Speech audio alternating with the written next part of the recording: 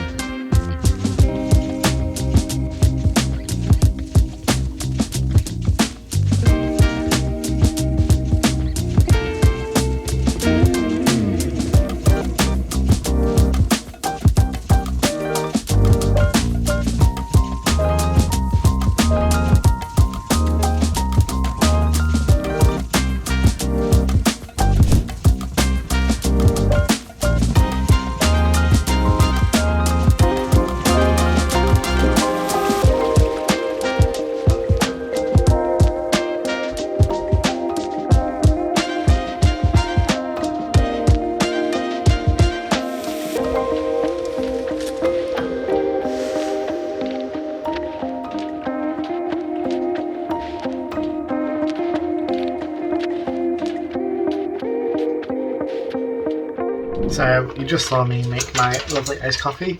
So this is my drink for the afternoon. I've actually got some work in now, thank you, because I would have been bored just doing other tasks. So it looks like this will take me about 2 or 3 hours to work on, so it'll keep me busy for the rest of the day. I've had to blur my screens because obviously this is my full-time job. I work with clients at my company, so I can't show you what I'm doing. I can tell you basically what I'm doing, which is editing, creating this PDF document, so I was working in InDesign a lot. Today is actually a very slow day. I wish I picked a better day to showcase what I get up to as a junior motion designer. Some days are really hectic, but some days are really nice and slow like today was.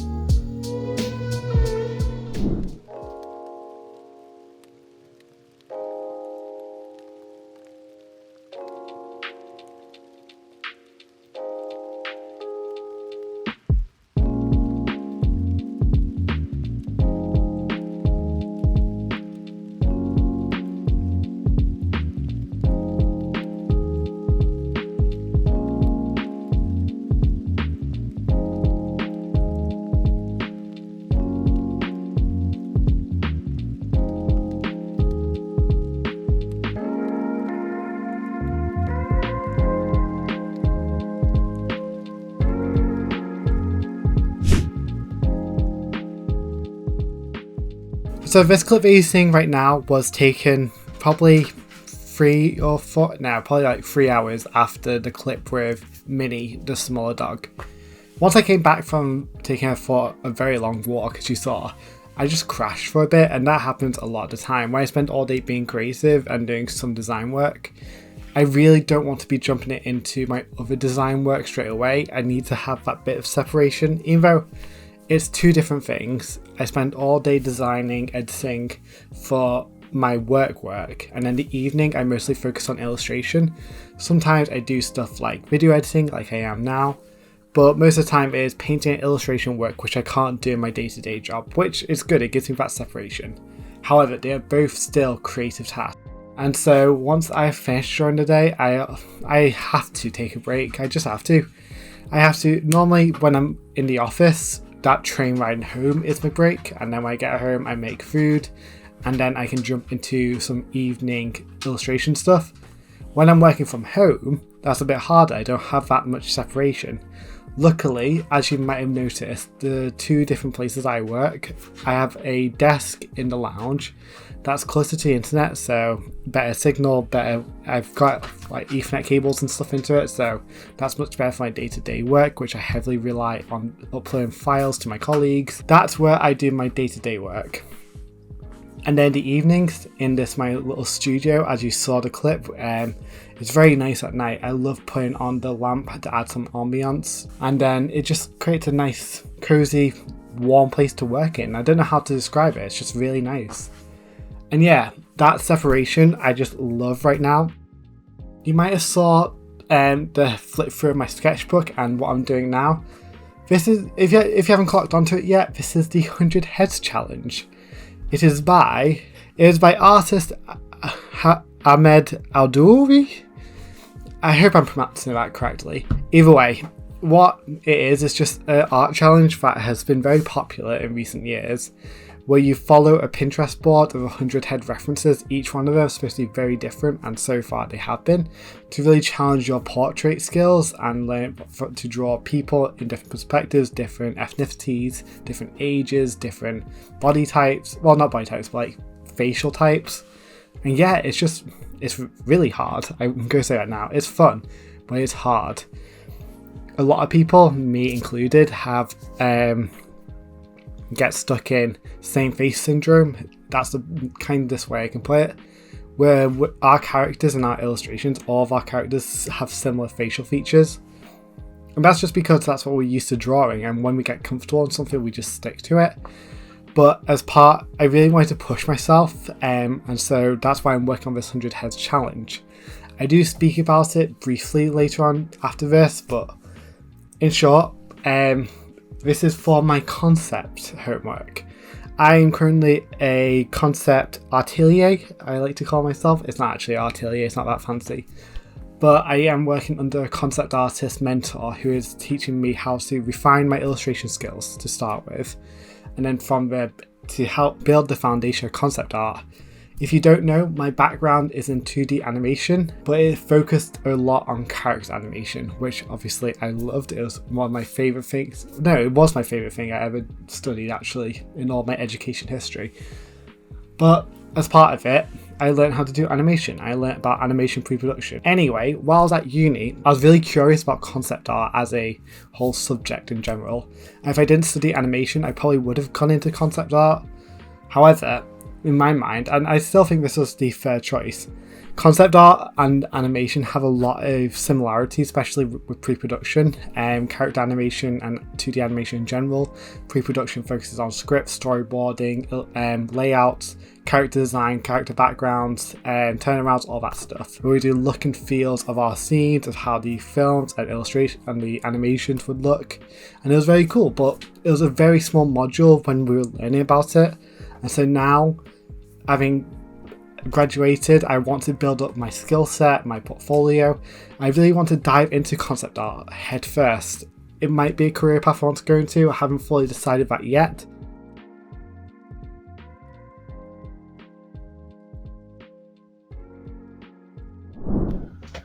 Okay, you're getting a little bit of a sneak peek actually of the studio. As you can see, got a tripod there, got my printer, Cricut, the packing station I like to call it, and yeah, it's a mess right now, please ignore it. But yeah, it's been a long day. As you can see, my day working from home actually has a lot of mismatches stuff. It's quite weird because my jobs kept on getting cancelled or pushed back. It doesn't affect me, my pay. I still get paid my full wage. It's just sometimes on these days there's a lot of waiting around, which is fine. I'm happy with it. I was able to work on my Mermay illustration, as you saw, and yeah, it does take up a lot of time. I do prefer these days when I can work from home, just because when I work in the office, as much as I do love working in the office, the travel time is a lot more. Well, obviously it's more. I've got to travel, but I need to wake up early as well. So tomorrow morning, I think I need to be up very early to catch my train. And then after work is my social night on a Thursday, go climbing with my friends. So a Thursday evening is a write-off day for me. I just don't do anything really. I'm too tired from climbing when I get back. And then Friday as well, is normally I spend that with my partner. Friday evening until the weekend is like partner time. So really, it's only a Monday, Tuesday, and Wednesday night, which is quite surprising actually. I don't know if I said my voiceover, but if I haven't, I am currently working under a mentor concept artist, but he is the art director for a games, like a mobile game studio, and he's worked in the game industry for about 10 plus years, I think, from what I remember. Anyway, through work I'm able to spend time each week, not even just each week, but through work I get support to a mentor to help towards my career progression. And my managers and my bosses at work know that illustration is my true passion, and ideally I want to work as a concept artist, a visual development artist, just in the games and filming industry. That is what I study at animation. It's pre-production work and all that stuff, so it's good that I do get time in work to work on this, but it's not as often, and so I have to do a lot of this in my free time. And the 100 heads challenge obviously is a bit towards concept, it's a bit towards my own working, stuff like that. Other things I have to do as part of my training. I put air quotes because it's more I get out of it as much as I put into it, so no one's actually forcing me to do any of this, but it helps me grow and my drawing capabilities. But some things that he wants me to work on before we even get into like character design and like idea generation for concept art is just to improve my anatomy massively. He knows I'm good at illustrating, it's just more tweaking it. I'm hoping that, as I said, through all of this, if you guys enjoy these videos, that I can spend more time actually doing this. I'm going to stop now before I go ramble on too much. I hope you guys enjoyed this video. It's been very interesting, let's say at least, to record my day today. I'm hoping you guys enjoyed it. If you did, please like and subscribe down below. Let me know if you want to see more of these videos. If you've got any questions to ask me as a motion designer. I am a junior, but I can still answer the questions about the role, anything to do with it, how to get into motion design. Please ask that way down in the comments. I might do a video about it. If not, I'll just respond to your comments. And yeah, I don't think I've got much more to say. I'm going to go off to have a shower, get into bed and play some Zelda before I have to start all this all over again. Until next time guys, keep on being creative.